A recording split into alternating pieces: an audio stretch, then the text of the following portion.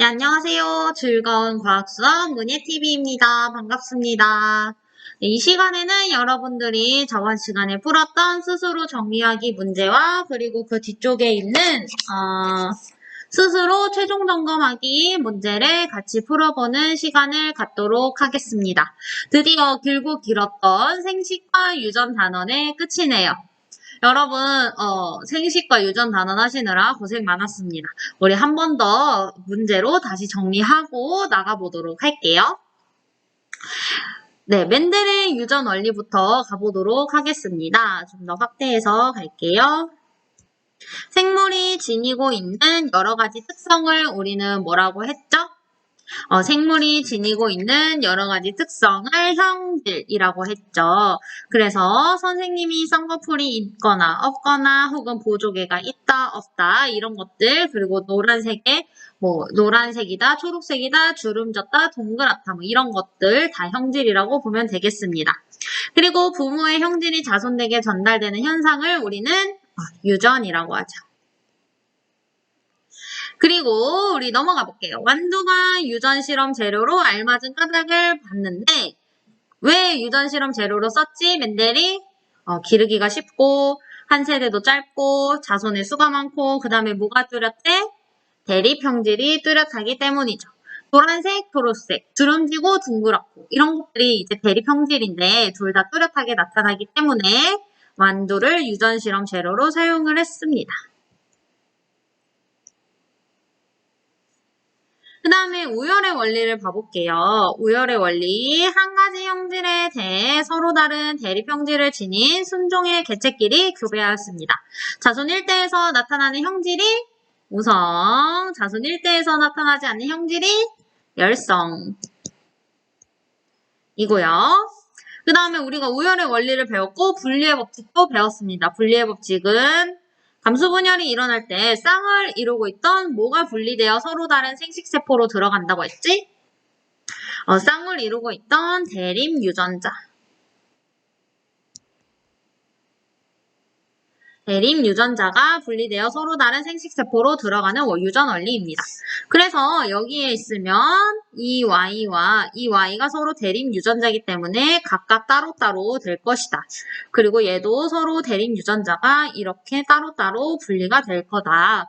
그리고 이렇게 됐을 때는 이 Y, 큰 Y와 작은 Y가 또 다른 생식세포로 들어갈 것이다. 그래서 봤더니 이것과 이것이 나와서 서로 만났기 때문에 왜냐 자가수분을 시켰으니까 서로 만났기 때문에 3대1의 형태로 나타난다 까지 알았습니다. 그리고 나서 우리는 분리의 법칙도 배웠지만 독립의 법칙도 배웠죠. 독립의 법칙은 뭐였지? 두 쌍 이상의 대립 유전자가 서로 영향을 미치지 않고 각각 분리의 법칙에 따라 유전되는 원리입니다. 이거는 둥근 거고 이거는 노란색을 나타낸 거고 얘는 주름진 거 얘는 초록색을 나타내고 있었어요. 근데 생식세포 종류 선생님이 늘 생식세포 종류를 한번 봐보라고 했죠? 일단 생식세포 종류를 결정을 해야 됩니다. 생식세포 종류를 결정하면 이것과 이것은 또 따로따로 들어갈 거고 얘랑 얘도 따로따로 들어갈 거예요. 근데 같이 들어가야 되니까 이렇게 만나거나 혹은 이렇게 만나거나 이렇게 만나야 되죠. 근데 어쨌든 얘는 생식세포 종류가 이렇게 하나가 나오고 얘도 비슷하게 이렇게 하나가 나올 겁니다. 그래서 둘이 만났죠. 이걸 둘을 만나니까 큰알, 작은알, 큰알, 작은아이가 나왔어요. 근데 얘를 자가수분 시켰대. 그러면 여기에서의 생식세포 종류를 또 봐야 되겠죠. 얘가 대립 유전자니까 이렇게 나오고 얘도 서로 대립 유전자이기 때문에 따로따로 들어가요. 이거 무슨 법칙? 분리의 법칙인데 그 다음에 우리 같이 가야 되잖아요. 내가 쌍꺼풀만 물려받는 게 아니라 손 모양, 이런 손톱 모양이나 뭐 손가락 길이, 손의 크기 뭐 이런 것들도 다 물려받아야 되잖아요. 뭐 귀가 이렇게 뭐 떨어져 있거나 붙어 있거나. 선생님 귀 보이냐? 선생님 귀는 붙어 있나요? 떨어져 있나요? 선생님 귀는 약간 붙은 귀 같기도 하고 사실 모르겠어요. 제 귀를 제대로 안 봐서 여러분들이 파악을 좀 해주시면 어쨌든 이렇게 되면 이게 같이 가야 되니까 이렇게 같이 가거나 이렇게 같이 가거나 이렇게 같이 가거나 이렇게 같이 가거나 해서 총 4종류의 생식세포가 나오게 됩니다. 그래서 계산을 해보면 이 종류, 다음에 이 종류, 이렇게 4종류의 생식세포가 나오게 돼요. 그래서 이렇게 4종류, 여기 4종류, 여기 4종류 결합시켰더니 총 16종류가 나오고요. 보니까 아이고 너무 이제 지저분하죠? 좀 지워볼게요.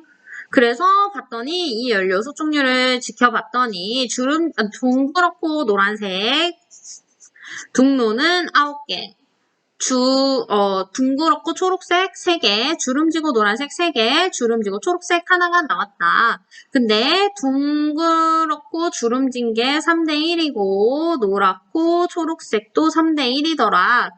그러고 보니까 각각 분리의 법칙에 따라 둥근 것과 주름진 것도 유전이 되고 노란색과 초록색도 유전이 되는구나 를 우리는 확인을 했습니다. 그 다음에 우리 위쪽으로 가서 한번 봐볼까요? 아이고, 위쪽으로 가볼게요.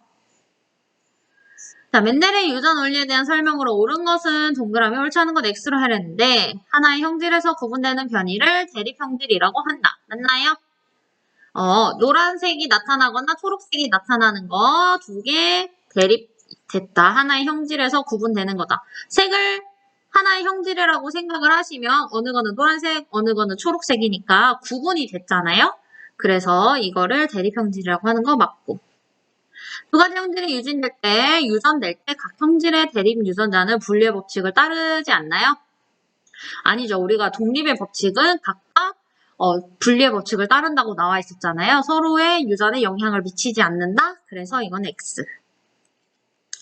자, 마지막 3번. 완두 C의 색깔에서 노란색이 우성이고 초록색이 열성이라면 C의 색깔인 노란색인 순종 완두와 초록색인 순종 완두를 교배했을 때 자손 1대에서 C가 초록색인 완두만 나타난대요. 순종 완두끼리 교배를 해서 자손 1대에 나타나는 걸 우성, 자손 1대에 나타나지 않는 걸 열성이라고 우리는 계속해서 배웠습니다. 그러면 노란색과 초록색에 이렇게 교배를 했을 때 나온 애가 우성이라 했죠.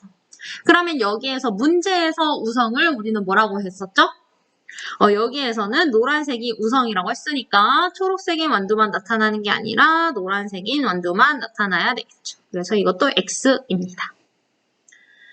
자, 그 다음에 우리 2번을 풀어볼게요. 여러분 여기까지 어렵지 않으시죠? 계속해서 선생님이 많이 반복을 해줬으니까 잘 알아들으실 거라고 선생님은 믿는데 또 모르죠? 어쨌든 2번 C의 색깔이 여기 옆에 부분을 좀 지울게요. C의 색깔이 노란색인 순종 완두와 초록색인 순종 완두를 교배를 했어요.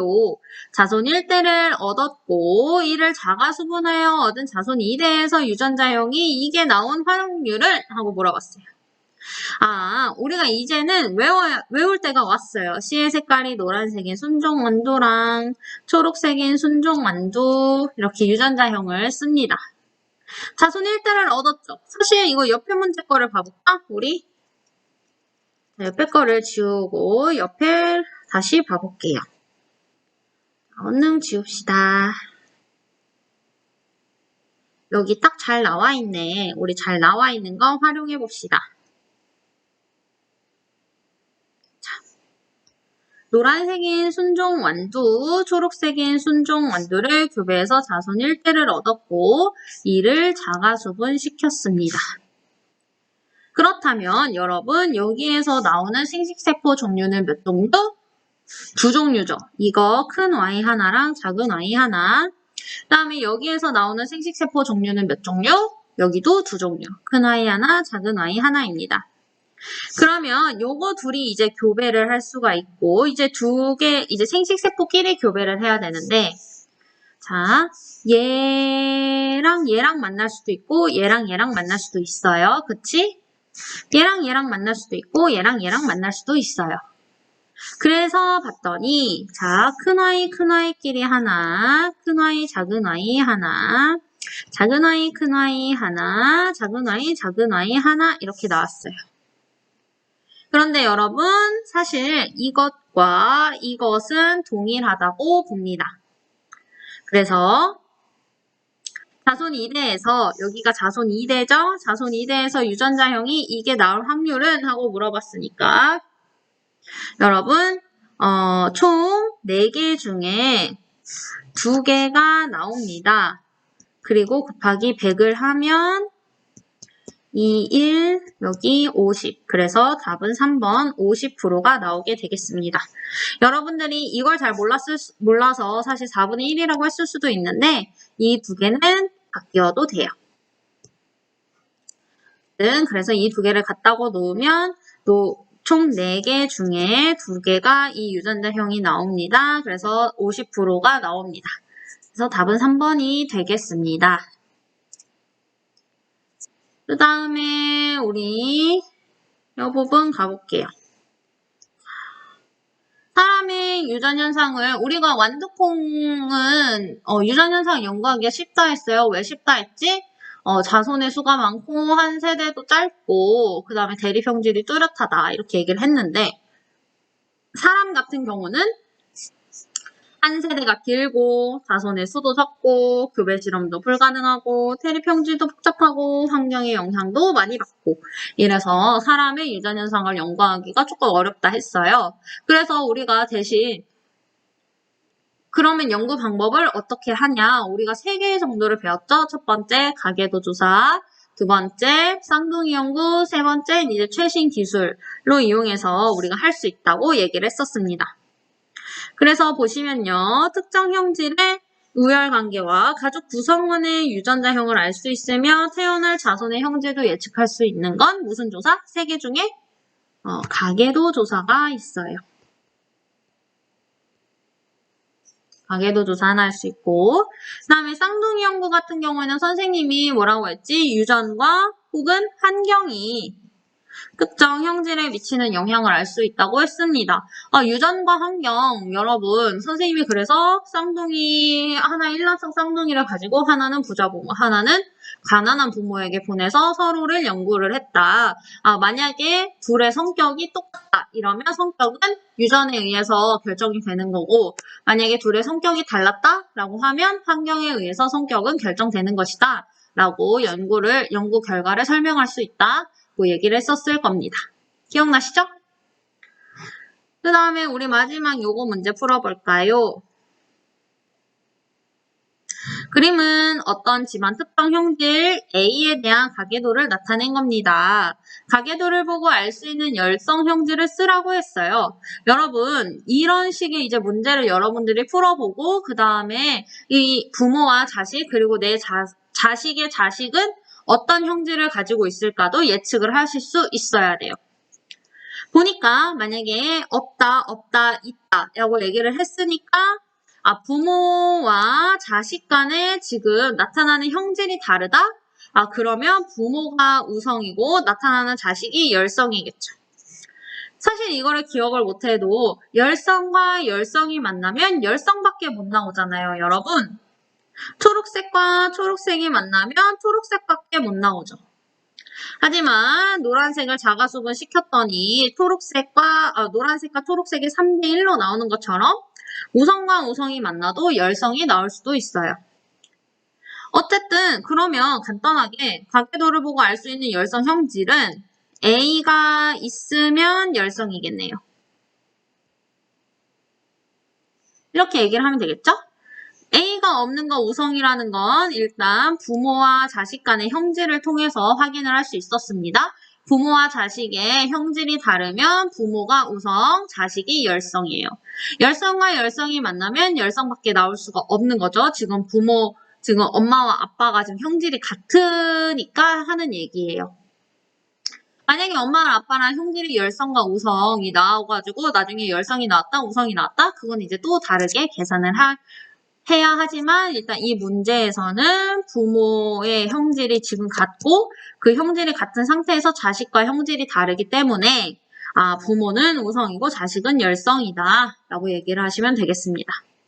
이걸 잘 모르면 여러분 멘델의 법칙 여기 올라가 볼까요? 몇 페이지에 나와 있냐면요.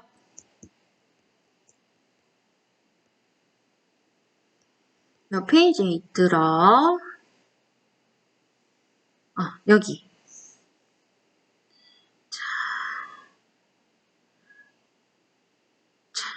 우상형제 사이에서는 우상형제인 자녀와 열성형제인 자녀 모두 태어날 수 있고, 이거 몇 페이지냐면 여러분 쭉쭉쭉쭉 보시면 이거 몇 페이지예요? 183페이지네요. 183페이지 보시면 우상형제 사이에서는 우상형제인 자녀와 열성형제인 자녀가 모두 태어날 수 있지만 열성형제인 사이에서는 열성형제인 거 태어난다. 따라서 특정 형제를 유전해서 부모와 다른 형제를 지닌 자녀가 태어나면 부모가 우성, 자녀가 열성이다. 이거 우리 배웠습니다.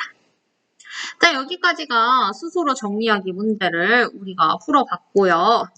그 다음에 우리는 무슨 문제를 풀 거냐면 선생님이 풀어오라고 했었는데 여러분이 풀었는지 모르겠네. 우리 스스로 최종 점검하기 문제를 풀어보겠습니다. 자, 이제 최종 점검할 거니까 여러분 여기를 통해서 같이 개념도 정리를 해봅시다. 첫 번째, 다세포 생물은 세포 분열로 뭐를 늘려 생장하죠? 세포 분열은 왜 하지? 물질 교환이 세포의 크기가 크면 물질 교환이 제대로 되지 않아서 표면적을 늘려야 된다. 그래서 세포 분열로 세포 수를 늘려서 생장을 하게 되죠. 생장이라는 거는 점점 크기, 우리 사람이 성장한다, 생장한다 이렇게 얘기를 하거든요. 그러니까 세포 분열이 이렇게 하나였던 게 이렇게 두 개가 되고 두 개는 각각해서 네 개가 되고 해가지고 이렇게 생장을 한다라고 얘기를 할 수 있습니다. 두 번째, DNA에 담긴 각각의 유전 정보를 우리는 뭐라고 했나요? 유전자. 우리 계속 유전자 얘기는 많이 나오죠? 그리고 체세포 한 개가 체세포 두 개로 나누어지는 걸 뭐라고 해요, 여러분? 체세포 분열이라 하죠. 세포 분열로 하면 안 되나요? 세포 분열보다는 체세포라고 얘기가 나와 있으니까 체세포 분열이라고 얘기하시는 게 더 정확하겠습니다. 자, 4번. 한 개의 모세포가 감수 분열을 거쳤대요. 감수 분열을 거치면 감수 제1분열과 2분열이 있었죠? 감수 제1분열에서 딸세포 2개 생성되고 그 2개가 이제 하나하나씩 또 2개를 만들어내니까 총 4개가 만들어집니다. 만약에 체세포 분열이었다면 하나의 모세포에서 2개의 세포가 나오는 거고 하나의 모세포에 2개의 딸세포, 그 다음에 감수 분열이면 하나의 모세포에 4개의 딸세포가 나오게 됩니다. 자, 5번. 수정란이 세포 분열을 하면서 여러 과정을 거쳐 개체가 되는 걸 우리는 뭐라고 하지? 비읍시옷, 비읍시옷, 비읍시옷. 여러분, 비읍시옷 뭐예요? 욕하지 마시고. 발생이라고 했어요. 자, 그 다음에 생물이 지니고 있는 여러 가지 특성. 완두콩이 노랗고, 초록고 해서 색깔이나 모양을 나타내는 거 우리 뭐라 그랬지? 계속해서 형질. 선생님 용어 너무 어려워요. 용어가 많긴 많은데 그래도 이제는 익숙해질 때가 되었다. 왜냐? 5단원이 거의 끝나가고 있으니까. 괜찮지? 응? 자, 7번. 멘델이 생각한 유전인자는 뭐지? 유전자. 자, 여러분 우리가 멘델을 통해서 사실 이건 다른 얘기지만 멘델을 통해서 알 수 있는 건 뭐야? 공부할 때 나를 방해하는 요소가 있으면 된다, 안 된다? 안 된다. 여러분 아셨죠? 핸드폰 내 옆에 있으면 공부 돼요, 안 돼요? 안 돼요. 컴퓨터 내 옆에 있으면 공부 돼요, 안 돼요? 사실 근데 어쩔 수는 없어. 컴퓨터는 어쩔 수 없는 것 같아. 그 다음에 다른 거 내 옆에 있으면, 공부 돼, 안 돼? 안 된다고. 그러니까 공부할 때는 이렇게 주변 정리하시고, 다 떨어뜨려 놓고 그래야 집중할 수가 있어. 알겠지? 오케이. 8번. 무슨 법칙에 따르면 완두씨의 모양과 색깔에 대한 대립 유전자쌍이 서로 영향을 미치지 않고 각각 분리의 법칙에 따라 유전된대. 뭐지? 얘들아? 멘델의 유전 원리 3개 배웠는데 하나는 우열, 하나는 분리, 하나는 독립. 뭐죠? 여기서 독립이죠. 내가 쌍꺼풀을 받고 눈썹 모양이라던가 머리 가마라던가 귀 모양이라던가 이런 거 서로에게 영향을 받지 않는다. 각각 유전된다. 분리의 법칙에 따라서 그런 것들 다 독립의 법칙입니다. 9번 사람의 유전을 연구하는 방법에는 가계도조사, 또 무슨 연구? 쌍둥이 연구, 그 다음에 염색체와 DNA 분석 등이 있습니다. 염색체 DNA 분석해서 칫솔 이렇게 해가지고 친자검사 이런 거 하잖아요.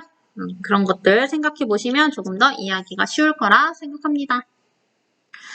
자, 이제는 개념 적용하기 문제를 풀어볼게요. 여러분 좀 빨라요?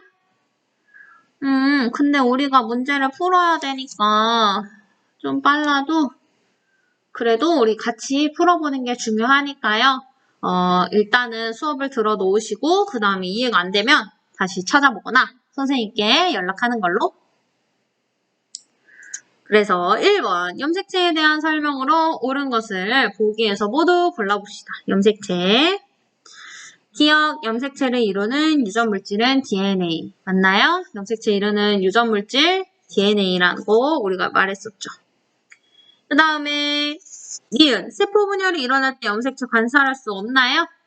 세포분열이 일어날 때 염색체가 생기는 거예요. 여러분, 세포분열을 하지 않으면 핵막과 그리고 실토로 되어 있는 건데 그게 이제 세포분열을 시작하면서 염색체가 만들어지는 거죠. 이거는 완전 틀렸고, 디귿. 한 염색체를 이루는 두 가닥의 염색 분체는 서로 같은 유전 정보 지니는 거? 맞죠? DNA가 복제된다고 했잖아요. 그래서 선생님이 할 때 맨날 이렇게 X자로 했고 서로 염색 분체가 같은 유전 정보를 지녀야지 분열이 돼도 똑같아야 되죠. 기억 디귿이니까 답은 4번이 되겠습니다. 이렇게 4번. 네, 옛날에 선생님 이거 다른 얘기인데 옛날에 선생님이 기억 디귿 오케이 4번 해놓고 기억 디귿이지 하고 5번 이렇게 체크해서 틀린 적이 있어요. 그런 실수 노노 4번 해서 4번 아니면 이렇게 4번 체크해놓고 3번 해가지고 틀린 적이 있는데 이런 것도 여러분 사실 조심을 해야 되죠.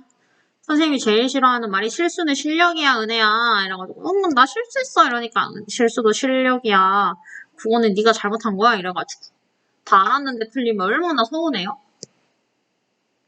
아무튼 답은 4번 선생님 옛날 얘기. 그 다음에 우리 2번 풀어볼까요? 체세포 분열과 감수 분열에 대한 설명으로 옳은 겁니다. 여러분, 체세포 분열과 감수 분열의 차이점, 공통점 이런 거 알아놓으라고 했었죠, 선생님이? 자, 세포 분열은 모두 1회만 일어난다. 세포 분열 모두 1회만 일어나나요? 체세포 분열은 1회만 일어날 수 있지만 감수 분열은 감수 1분열과 감수체 2분열이 있다 했죠. 그러니까 아니고. 다세포 생물은 감수 분열을 통해 생장하나요? 여러분, 생장하는 건 감수 분열이야, 체세포 분열이야? 생장은 체세포 분열이죠. 우리가 이제 수정란을 만난다. 개체가 하나 발생이 되려고 하면 물론 개체가 이제 수정란이 만들어져서 개체가 되는 거 체세포 분열이지만 수정란이 이제 수정이 되려면 생식세포, 감수 분열이 필요하겠죠. 근데 이제 그게 아니라 다세포 생물은 생장한다고 했으니까 감수 분열이 아니라 체세포 분열을 통해서 생장을 하게 됩니다.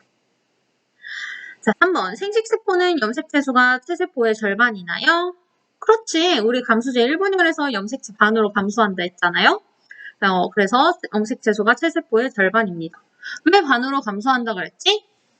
항동 염색체가 결합을 했다가 분리가 돼서 서로 따로따로 들어가게 됩니다. 그러면 나는 아빠 거 엄마 거 같이 갖고 있었는데 생식세포 하나는 아빠 것만 갖고 있거나 엄마 것만 갖고 있겠죠. 그러면 체세포의 절반인 생식세포가 생성이 되는 거죠. 되셨죠? 네, 양파뿌리의 생장점에서 감소분열 관찰할 수 있다. 양파뿌리의 생장점이라 했으니까 체세포 분열 관찰했죠. 선생님이 관찰한 양파 보여줬죠? 체세포 분열을 통해서 체세포 분열을 관찰할 수 있고 5번 체세포 분열이 일어날 때 상동염색체가 서로 결합했다 분리되나요?